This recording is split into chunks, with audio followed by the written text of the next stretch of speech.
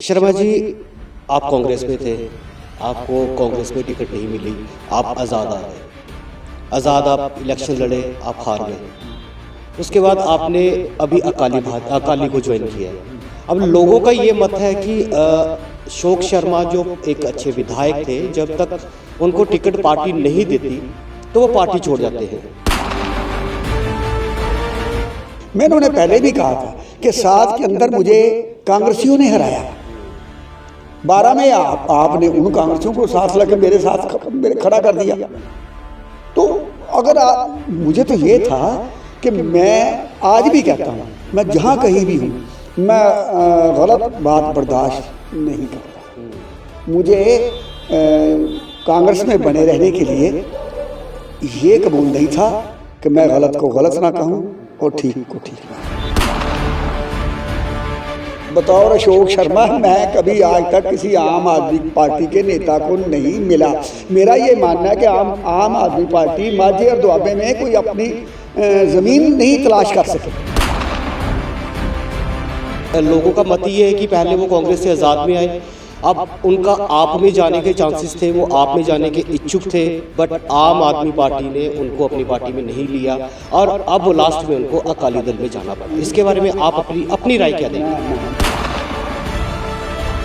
पठानकोट हल्के की बात करें, पूरे जिले की बात करें, तो यहाँ पे अकालियों का वो गढ़ नहीं है जो आप नीचे पंजाब में देखेंगे। तो आपको लगता नहीं कि ये आपके लिए बहुत बड़ी चुनौती आ जाएगी?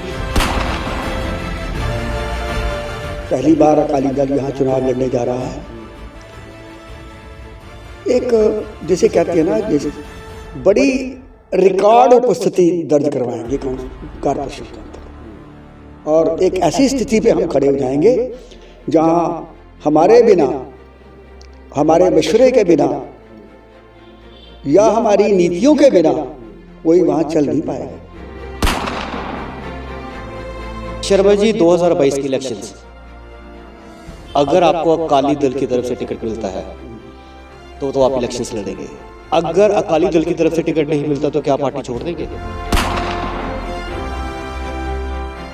मैं काम करूंगा अकाली पार्टी के साथ, और अब मैं ये पार्टी छोड़ के किसी और पार्टी में जाने की कल्पना नहीं कर सकता।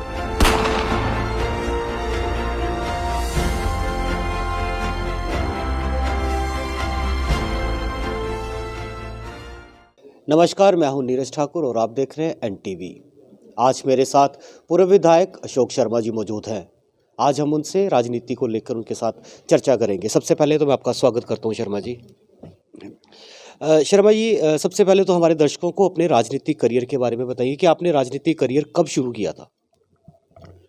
वैसे तो मैं एक ज़माने से सामाजिक, धार्मिक और सांस्कृतिक क्षेत्र में काम करता रहा हूँ, लेकिन 90 के दशक में मैंने अपना राजनीतिक जीवन शुरू किया था, और ये चलते चलते चलते 2002 में मैंने कांग्रेस की टिकट पर भारी मतों से यहाँ पठानकोट का विधानसभा का चुनाव जीता, और कैप्टन अमरिंदर सिंह की सरकार में मैं विधायक भी रहा और मेरे पास पंजाब टूरिज्म डेवलपमेंट कॉरपोरेशन भी रही। और एक अच्छा सफ़र था वो, जिसमें मैंने कोशिश की कि एक अच्छे और सुलझे ढंग से, जो मेरे पास तजर्बात थे अपने जीवन के, क्योंकि मैंने सियासत में और ख़ास तौर पे चुनाव लड़ने की अपना सफ़र शुरू करने से पहले 25-30 साल यहाँ वकालत भी की, और काफ़ी ईश्वर ने मुझे एक्सपीरियंस दे रखा था जो मेरे काम आया जब मैं विधायक बना। शर्मा जी, आज की राजनीति और उस टाइम की राजनीति, जैसे कि आपने अपना करियर जब शुरुआत की थी, उस वक्त की राजनीति और आज की राजनीति में कितना डिफरेंस लगता है आपको? आज की राजनीति ऐसी हो चुकी है जिसमें हम ये कह सकते हैं कि वैसे तो राजनीति का स्तर काफ़ी समय से गिरता जा रहा है, लेकिन आज की राजनीति जो ऐसी है जिसमें मूल्यों का कोई मतलब नहीं, वैल्यूलेस, सिद्धांत अपनी वो जिसे अपना मर्म खो चुके हैं, और जो आदमी मूल्यों और सिद्धांतों की बात करता है उसके लिए राजनीति अब कोई एक अच्छा क्षेत्र नहीं रह गया।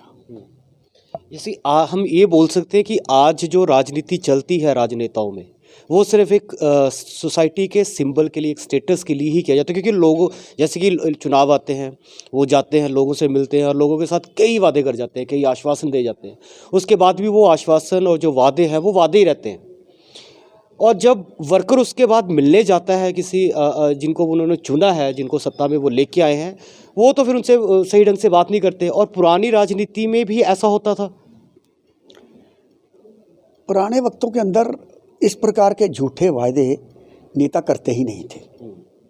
अपनी पार्टी और पार्टी की नीतियों का और प्रोग्राम का वो ज़्यादा व्याख्यान करते थे और लोगों तक ये बात पहुंचाते थे कि हम लोग किस तरह और किन नीतियों के तहत काम करते हैं और आगे आपके लिए करेंगे। अब ऐसा नहीं है। अब तो ऐसा है कि ऐसे ऐसे प्रलोभन देते हैं और जिससे एक चलिए मैं ये समझता हूँ कि बहुत ही सूझबूझ व्यक्ति है तो उसके उनके मैनरिज्म के बीच प्रभावित ना हो जाए तो मैं कह नहीं सकता, लेकिन एक जो आम लोग हैं जो वो उनके इस सिस्टम के अंदर आ ही जाते हैं कि उस पार्टी ने कहा है कि हम आपके लिए ये कर देंगे। इस प्रकार का प्रलोभन देते हैं जो पूरा किया भी ही नहीं जा सकता। अब कल की बात लीजिए, पिछली सरकार में मैं कांग्रेस के अंदर था और मुझे कहा गया कि आप अपने क्षेत्र के अंदर चुनावों से पहले मैंने ऐसा किया, एक फार्म भरिए लोगों को कि आपको हर घर में एक नौकरी देंगे और अगर नौकरी ना दे पाए तो 3 महीने के अंदर आपको 2500 रुपये का भत्ता मिलेगा। अब ये प्रोग्राम तो मुझे बहुत अच्छा लगा और मैंने पूरे तनदेही के साथ पंजाब में नंबर 1 पर रहा और मैंने अपने इलाके के सारे लोगों के बच्चों के परिवारों को साथ मिलकर वो फॉर्म्स भरवाए। रिजल्ट क्या रहा कि ना तो वो नौकरी मिली और ना वो 2500 रुपया जो देना चाहिए था। अब अगर पूछेंगे आपने दिया क्यों नहीं, तो वो कहेंगे राज्य के हालात ठीक नहीं। भाई राज्य के हालात ठीक नहीं हैं ये तो आपको पहले भी पता होना चाहिए था और आपको इस लोगों के साथ इस प्रकार का वायदा नहीं करना चाहिए था। बस झूठ की राजनीति और एक ऐसी राजनीति जो आपको सत्ता दिला सके, उनका जो ये कह लीजिए कि अब जो भी पार्टियां चुनाव लड़ती हैं उनके जो नीति निर्माता हैं वो इस प्रकार की बातें निकालते हैं, एक जाल फेंकते हैं जिसमें भोले भाले लोग ज़्यादा से ज़्यादा उनके काबू में आ जाएं और बाद में वो जो किए हुए वायदे हैं उन वायदों से बाहर आने के लिए, मुकरने के लिए भी उन्होंने एक बहुत भारी भारी तर्क जो हैं वो जो है इकट्ठे कर रखे होते हैं। तो राजनीति उतनी गरिमामय नहीं रही जितनी पहले थी। आजकल तो हालात बजाय अच्छे होने के खराब होते जा रहे हैं। शर्मा जी, आप कांग्रेस में थे, आपको कांग्रेस में टिकट नहीं मिली, आप आज़ाद आ गए। आज़ाद आप इलेक्शन लड़े, आप हार गए। उसके बाद आपने अभी अकाली को ज्वाइन किया है। अब लोगों का ये मत है कि अशोक शर्मा जो एक अच्छे विधायक थे, जब तक उनको टिकट पार्टी नहीं देती तो वो पार्टी छोड़ जाते हैं। अभी लोगों का मत ये है कि पहले वो कांग्रेस से आज़ाद में आए, अब उनका आप में जाने के चांसेस थे, वो आप में जाने के इच्छुक थे, बट आम आदमी पार्टी ने उनको अपनी पार्टी में नहीं लिया और अब लास्ट में उनको अकाली दल में जाना पड़ा। इसके बारे में आप अपनी राय क्या देंगे? मैं बताता हूँ आपको। देखिए, मैंने कहा है कि कांग्रेस मैंने छोड़ी 12 में भी, 2012 में भी और 2017 में भी। उन्होंने मुझे लेने के लिए आए। मैं तो उनके पास नहीं गया। मुझे कांग्रेस के general secretary all India Congress committee के क्या नाम था उनका, भी बिहार से थे। हाँ जी, वो बिहार के थे। तो वो आए और उन्होंने यहाँ एक सबके साथ कहा कि जी आप वापस अपने घर आ जाइए, जो 12 में हो गया नहीं होगा। वो तो आप एक सीनियर कांग्रेस मैन हैं, हमारे विधायक हैं, आप आ जाइए। हम आ गए। मैंने उन्हें पहले भी कहा था कि 7 के अंदर मुझे कांग्रेसियों ने हराया, 12 में आपने उन कांग्रेसियों को साथ लेके मेरे खड़ा कर दिया। तो अगर आप, मुझे तो ये था कि मैं आज भी कहता हूँ, मैं जहाँ कहीं भी हूँ, मैं गलत बात बर्दाश्त नहीं करता। मुझे कांग्रेस में बने रहने के लिए ये कबूल नहीं था कि मैं गलत को गलत ना कहूँ और ठीक को ठीक ना कहूँ। मैं आज भी हूँ, जहाँ भी हूँ, ऐसे ही करूँगा। ये सच है कि आपने आम आदमी पार्टी ज्वाइन करने के लिए भी सोचा था? आम आदमी पार्टी ने कभी मेरे साथ संपर्क नहीं किया। और वैसे भी आप देख लीजिए, आप तो यहाँ आपकी गतिविधियों से संबंधित हैं। लोकल आम पार्टी के नेता तो हमारे मित्र हैं, हमारे जानने वाले हैं, रोज़ हमें मिलते हैं। उनके मिलने और मिलने से क्या होता है, वो तो हमारा रोज़ का उनके साथ संबंध है, मिलना गिलना है। हमारे यहाँ आपको लगा कोई उनका कोई नेता ऐसा आया हो यहाँ जिसके साथ हमारे साथ बात हुई हो? उन्होंने आम आदमी पार्टी की तरफ से नहीं था, ये शर्मा जी की इच्छा थी कि आम आदमी पार्टी। अब ये भी मैं उन्हें चुनौती देता हूँ कि शर्मा जी, बतौर अशोक शर्मा, मैं कभी आज तक किसी आम आदमी पार्टी के नेता को नहीं मिला। मेरा ये मानना है कि आम आदमी पार्टी माझे और दुआबे में कोई अपनी ज़मीन नहीं तलाश कर सकी, तो फिर मैंने इनके साथ जाके क्या सेवा करनी। और जहाँ तक अकाली दल का ताल्लुक है, अकाली दल या तो कांग्रेस सत्ता में रही या अकाली दल सत्ता में रहा, बड़ी पार्टी है, पंजाब और पंजाबियत की सेवा कर रही है। बादल साहब इतने सीनियर मुख्यमंत्री रहे हैं। और अगर मैंने कांग्रेस में वापस नहीं जाना था तो फिर मैंने कोई ना कोई ये 3-4 साल का विश्राम करने के बाद कहीं ना कहीं राजनीति से जुड़ी हुई सेवाओं को तो देना ही था ना। तो बड़ा सोच कर क्यों ना सेवाएं उसी अकाली दल को दी जाए। और मैं तो यहाँ तक भी कहूँगा अपने हिंदू भाइयों से कि वो इन्हें ज़्यादा से ज़्यादा मजबूत करें, क्योंकि अगर ये उदारवादी लोग मजबूत होंगे तो वो जो दूसरे लोग फैनेटिक लोग हैं जो पंजाब में अस्थिरता फैलाना चाहते हैं वो कमज़ोर हो जाएंगे और पंजाब में शांति कायम रहेगी। अगर हम इसी तरह लगे रहे कि ये हिंदुओं की पार्टी है, वो सिखों की पार्टी है और वो इस तरह का ये जो आचरण है, ये नहीं, पार्टी है। जो पार्टी पंजाब और पंजाबियत की, पंजाब की खुशहाली की बात करती है, आप जाइए उसके, अगर आपको उसकी विचारधारा अच्छी लग जाती है। मुझे उनकी सोचने के बाद लगा कि वो एक राइट प्लेटफार्म है जहां हम सब उदारवादी लोगों को इकट्ठा होना चाहिए और इसी से पंजाब का भला होगा। देश की बात तो मैं नहीं कर रहा, अभी अपने प्रदेश की बात कर रहा हूँ। शर्मा जी, अगर हम बात करें अकाली दल की, जैसे आपने अकाली दल अभी ज्वाइन किया है, तो हम पठानकोट हल्के की बात करें, पूरे ज़िले की बात करें, तो यहाँ पे अकालियों का वो गढ़ नहीं है जो आप नीचे पंजाब में देखेंगे। तो आपको लगता है नहीं कि ये आपके लिए बहुत बड़ी चुनौती आ जाएगी अकालियों को आपस में जोड़ने के लिए? देखिए, अब आपका गढ़ है ये, आपका भी तो कोई एक गढ़ नहीं है, हमारा माझा और दुआबा कुछ भी नहीं है। यहाँ पर पार्टियां दो ही रहीं सत्ता में, कांग्रेस और भारतीय जनता पार्टी, जिसका पिछला नाम जनसंघ था। लेकिन सवाल सिर्फ ये है कि भारतीय जनता पार्टी सीधे तौर पर पंजाब में कभी सत्ता में आई नहीं। वो तो सत्ता में आती थी अकाली पार्टी और उनका एक छोटा पार्टनर होने के नाते उनकी जो सरकार है उसमें शामिल होते थे अलायंस के तहत। कभी भारतीय जनता पार्टी जो पठानकोट में बड़ी पार्टी है, वो पंजाब में तो कोई बड़ी पार्टी नहीं है ना, ये तो मानते हैं ना आप।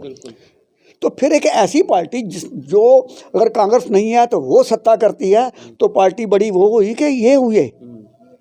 और रास खाता खोलने का तो जो अलायंस के मुताबिक ये लोग ऐसा ही करते थे, भाई चलिए जहाँ आप हैं वहाँ हम काम करेंगे और जहाँ हम यहाँ वहाँ आप काम करें, कुछ इस तरह का था। अब चूँकि अलायंस नहीं है, सब ने अलग अलग से लड़ना है, तो ज़रूरी बात है कि वो एक नई पार्टी तो है ही नहीं, बड़ी पार्टी है, सत्ता करने वाली पार्टी है, तो लोग जुड़ेंगे, जुड़ रहे हैं और यकीनन एक अपनी, जैसे कहते हैं, जो अपना एक मुकाम जो है इस इलाके में चाहिए वो अकाली पार्टी को मिलेगा। अशोक शर्मा जी, अब बिगुल बज चुका है नगर निगम चुनावों को लेकर, काफ़ी सक्रिय हैं लोग, टिकटों के लिए भाग रहे हैं। आपको क्या लगता है कि अकाली दल कितनी जो सीटें हैं वो पठानकोट से लेके जाएगी? मैं झूठ तो बोलता नहीं कि हम 50 की 50 सीटें जीत जाएंगे। पहली बार अकाली दल यहाँ चुनाव लड़ने जा रहा है एक जैसे कहते हैं ना, जैसे बड़ी रिकॉर्ड उपस्थिति दर्ज करवाएंगे कॉरपोरेशन के अंदर, और एक ऐसी स्थिति पे हम खड़े हो जाएंगे जहां हमारे बिना, हमारे मशवरे के बिना या हमारी नीतियों के बिना कोई वहाँ चल नहीं पाएगा।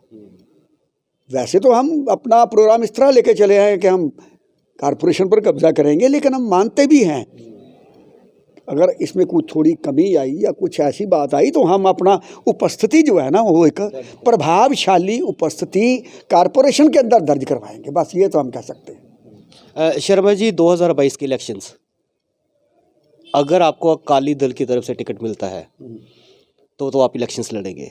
अगर अकाली दल की तरफ से टिकट नहीं मिलता तो क्या पार्टी छोड़ देंगे? अब मैं उम्र के उस पड़ाव पे हूँ जहाँ मुझे अब इस प्रकार का कुछ नहीं करना है। अब मुझे सिर्फ काम करना है, और काम करना भी चाहिए, यही ईश्वर का आदेश है। मैं काम करूँगा अकाली पार्टी के साथ, और अब मैं ये पार्टी छोड़ के किसी और पार्टी में जाने की कल्पना भी नहीं कर सकता, और काम करूँगा बस। ये तो थे पूर्व विधायक अशोक शर्मा जी, जो हालांकि अब भी अकाली दल में शामिल हुए हैं, और उन्होंने बताया कि वो अकाली दल पूरी मेजॉरिटी के साथ कॉरपोरेशन में मेयर तो अपना नहीं बनाएंगे, बट उनकी कोशिश होगी कि वो जितनी ज़्यादा हो सके वो सीटें लें। मैं नीरज ठाकुर, कैमरामैन नितिन के साथ, NTV, पठानकोट।